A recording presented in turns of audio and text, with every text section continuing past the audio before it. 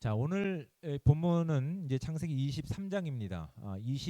22장에는 아브라함의 그 일생의 기록 가운데서 가장 유명했던 이제 이삭을 바치는 이렇게 사건이 기록되고 있고, 23장에서는 이제 너무 빠른 시간이 지나가면서 아브라함의 아내 사라의 죽음이 이제 기록되고 있습니다.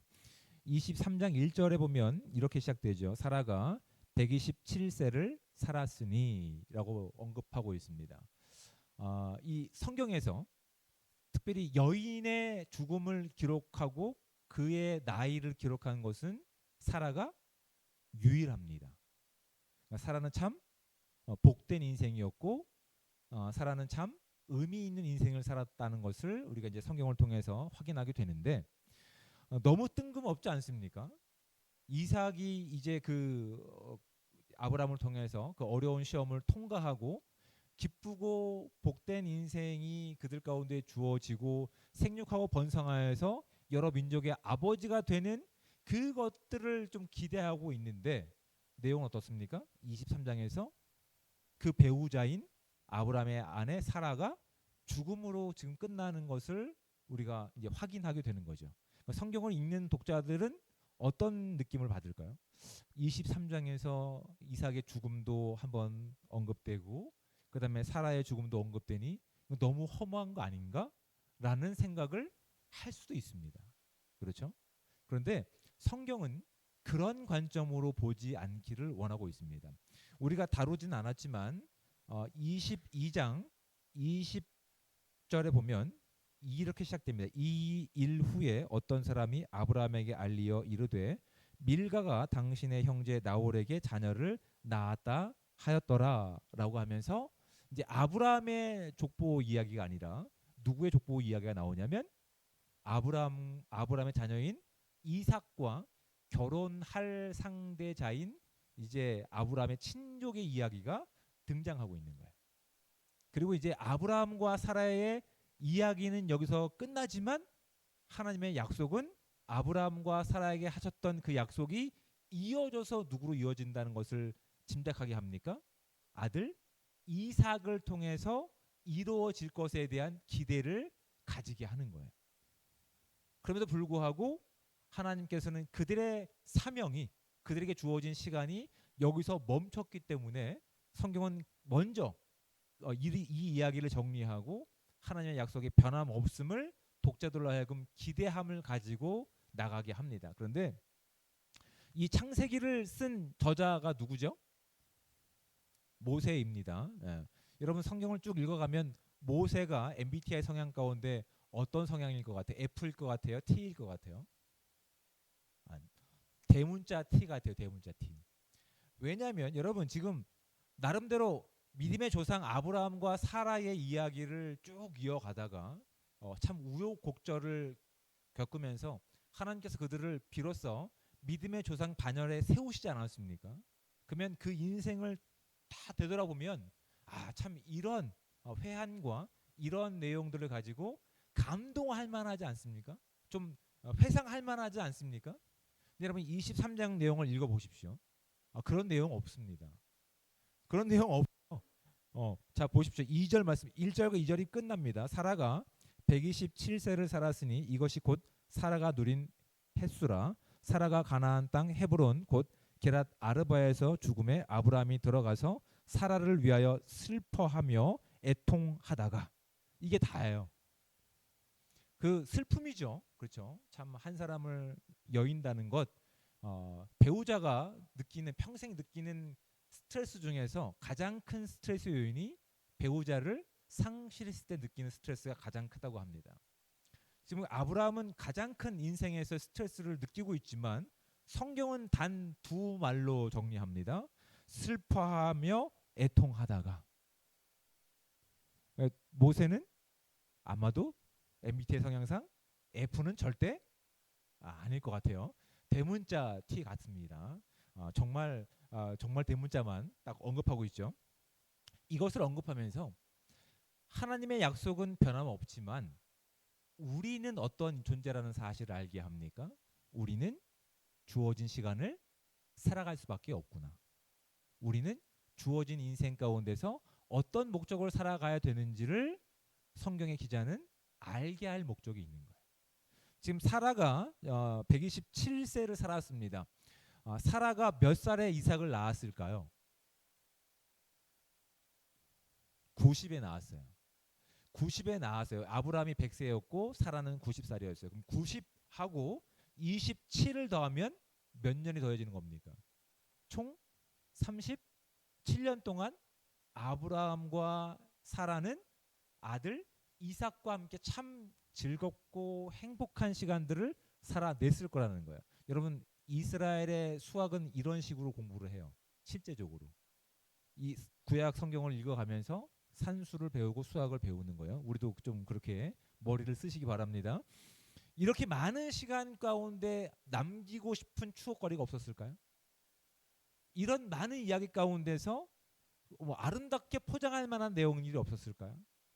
그런데 성경의 기자는 그런 것들은 다 제거해 버리는 거예요.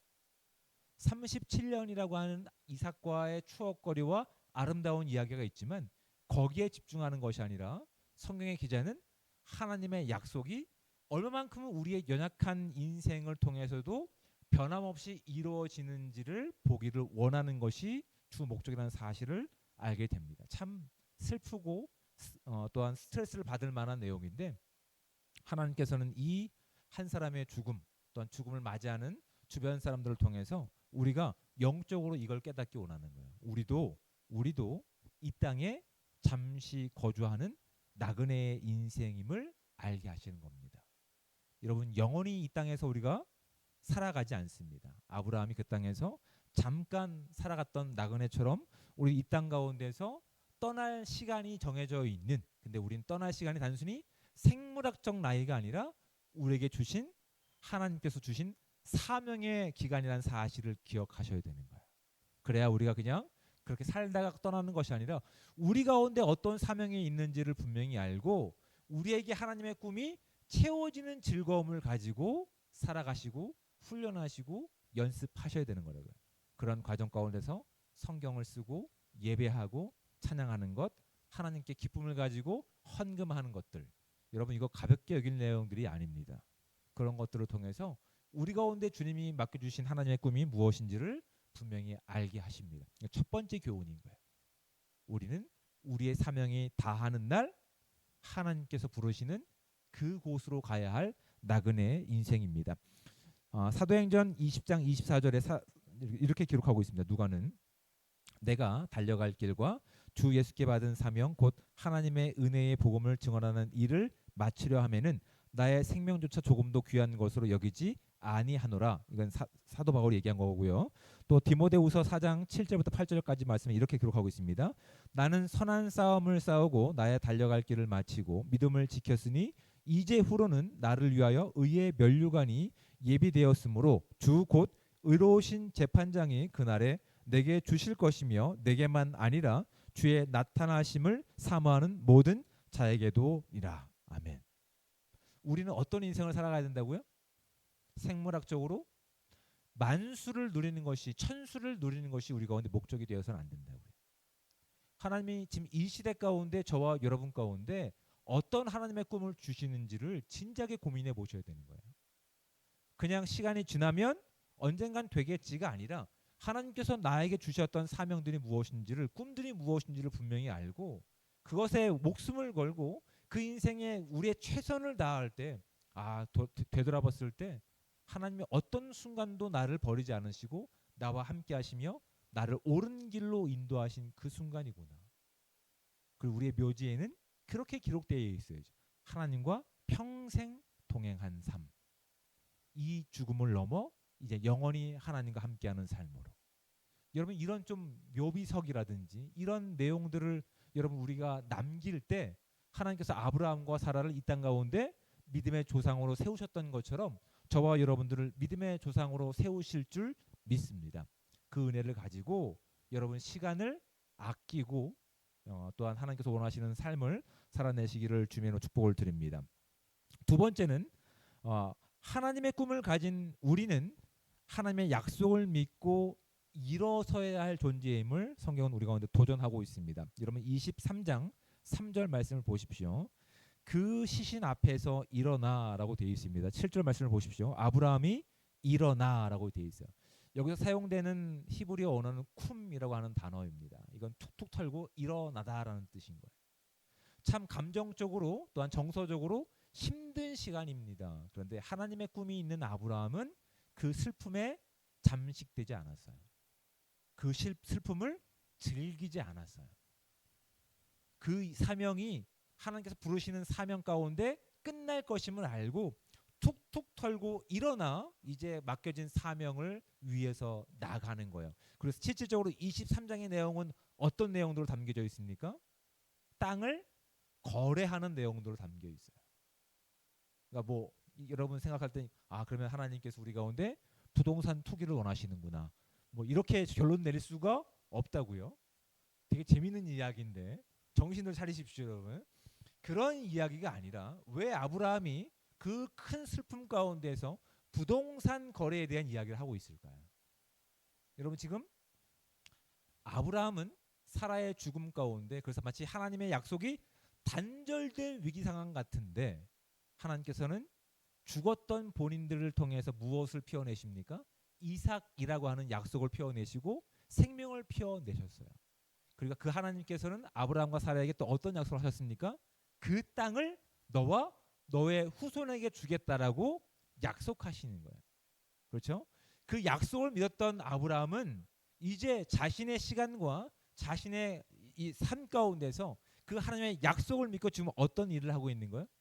그 결과를 만들고 있는 거예요. 그래서 하나님의 약속하신 이 땅이 나의 소유가 되게 단순히 하나님의 약속이 말로서만 기억하는 것이 아니라 나만 기억하는 것이 아니라 이 땅에 거주하는 모든 사람들이 알 수 있도록 땅 거래를 하고 있는 거예요. 이 땅의 거래는 작은 땅일 뿐이에요. 가나안 땅에서 극히 작은 땅인 거예요. 마치 이삭과 같아요. 민족의 아버지가 되기에 그 결과가 그 열매가 너무 작아요. 그런데 하나님은 우리의 제한된 시간과 우리의 제한된 능력을 초월하셔서 어떻게 이뤄가시는지 이스라엘이 만들어지는 과정을 통해서 독자들로 하여금 보기를 원하시는 거예요. 아브라함이 아직 하나님께서 하실 그 일에 대한 큰 정확성과 확실성이 없다 하더라도 하나님이 나에게 이삭을 확증하셨던 것처럼 이 땅도 나에게 주신 것을 내가 확증하니 내가 그 값을 치러서 하나님의 약속이 나의 현실이 되고 그 현실이 되는 인생을 내 주변 가운데 증거로 삼겠다라고 지금 다짐하고 있는 내용이 여기 있는 거라고요. 그래서 그 시신 앞에서 머물러 있는 것이 아니라 일어나는 거라고요. 그 꿈을 향해 그 노년의 아브라함이 걸어가고 있는 거예요. 벅차지 않습니까, 여러분?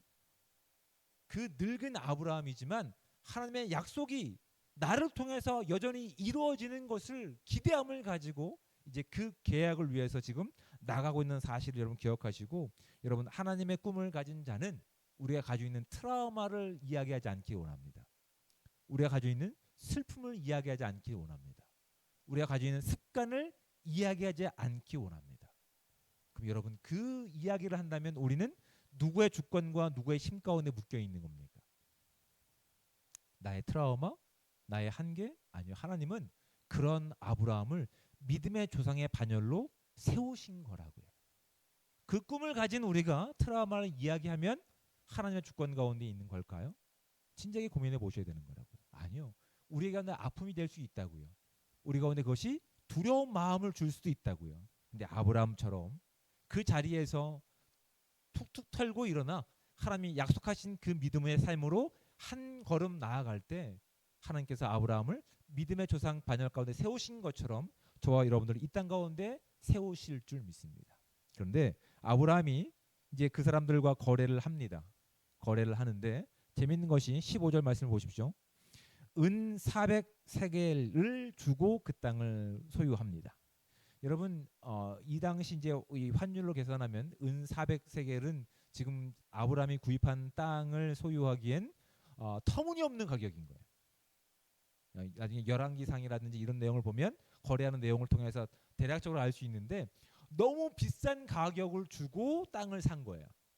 쉽게 얘기해서 통수 맞은 거죠, 아브라함. 네. 뒤통수 맞은 겁니다. 근데 아브라함이 그것을 가지고 억울해하지 않았다고요. 억울해하거나 뭐 이렇게 약속을 번복하지 않았어요. 아브라함은 그 땅에 대한 실질적인 가치보다, 사기에 대한 가치보다 어떤 가치에 목숨을 걸었냐면, 세 번째 우리가 기억해야 될 내용입니다. 하나님의 꿈을 가진 우리는 하나님의 약속이 이 땅 가운데 증거로 삼으시기 위해서 때로는 필요한 값을 치를 수 있어야 되는 겁니다. 통수 맞은 인생의 아브라함이었어요. 그런데 아브라함은 그것을 억울해하지 않았어요. 앞으로 그의 후손들이 누려야 될 그 땅을 비싼 돈을 사고 나서 어느 누구도 반란을 제기하지 않도록 그걸 심고 있는 거예요. 여러분, 저와 여러분의 인생 가운데 하나님의 꿈으로 채워진 사람들이라고 한다면, 비록 지금 우리의 시간 가운데서 손해 볼 만한 일들을 마주할 때 어떤 가치를 가지고 그 상황을 바라보느냐가 중요한 것 같아요. 단순히 이익 때문이 아니라, 단순히 나의 만족 때문이 아니라, 이 땅 가운데 나의 시간 가운데 그 관계 가운데 하나님께서 원하시는 꿈이 무엇인지를 조금 진지하게 고민해 보셔야 된다고요. 지금 당장 나에게는 이루어지지 않을 일이라 하더라도 어느새 하나님의 시간이 됐을 때 나의 순간과 나의 선택을 통해서 하나님께서 그것이 현실이 될 수 있는 시간 가운데 우리를 이끌어 가실 그 믿음이 우리 가운데 필요한 것 같아요. 근데 그것이 한순간에 결정될까요? 아니요. 하나님께서 아브라함과 함께하는 이 모든 시간 가운데 비로소 하나님이 함께하시는 그 은혜 가운데 아브라함이 조금씩 하나님의 꿈으로 채워지기 시작하는 거예요. 그는 한계가 있던 사람이었어요.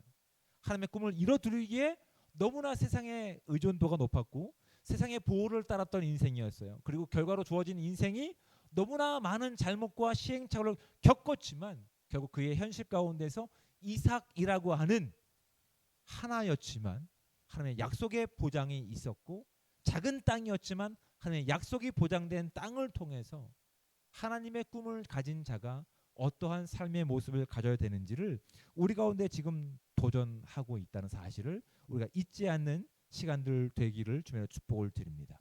그 말씀이 히브리서 11장 13절부터는 이렇게 기록되고 있습니다. 그들이 이제는 더 나은 본향을 사모하니 곧 하늘에 있는 것이라. 이러므로 하나님이 그들의 하나님이라 일컬음을 받으심을 부끄러워하지 아니하시고 그들을 위하여 한 성을 예비하셨느니라. 아브라함은 시험을 받을 때에 믿음으로 이삭을 드렸으니 그는 약속들을 받은 자로 돼 그 외아들을 드렸느니라. 그에게 이미 말씀하시기를 내 자손이라 칭할 자는 이삭으로 말미암으리라 하셨으니 그가 하나님이 능히 이삭을 죽은 자 가운데서 다시 살리실 줄로 생각한지라. 비유컨대 그를 죽은 자 가운데서 도로 받은 것이니라. 아멘. 이삭을 그렇게 바쳤던 것처럼 그 땅을 소유했던 아브라함의 선택은 하나님이 기뻐하시는 바른 선택이었다고. 왜요? 하나님의 약속과 꿈이 현실이 되어서 그 주변 사람들 가운데서 그 관계를 통해서 어떻게 소개되고 있는지 아십니까? 오늘 말씀을 보시면, 자, 말씀 보십시오. 이제 헷 족속 사람들이 아브라함에게 대답하는 내용입니다. 내 주여 들으소서. 당신은 우리 가운데 있는 하나님이 세우신 지도자이시니라고 얘기합니다. 본인들 말은 이렇게 했지만 어떻게 했다고? 뒤통수 치는 것이 이 땅의 모습이라고요. 그렇죠? 그런데 하나님은 뒤통수 맞은 아브라함의 인생이라 하더라도 그 삶이 어떤 삶인 것을 우리 가운데 보여주고 계십니까? 하나님의 꿈을 가진 자가 430년이 지나는 시간 가운데 큰 민족의 아버지가 되는 특권과 영광을 허락하셨다는 사실을 알게 하시는 거라고요. 우리의 주어진 시간 가운데 이걸 가지고 뭘 하겠어? 우리가 가진 실력으로 무엇을 증명할 수 있겠어? 여러분, 하나님의 약속은 나를 증명하는 데 있지 않습니다.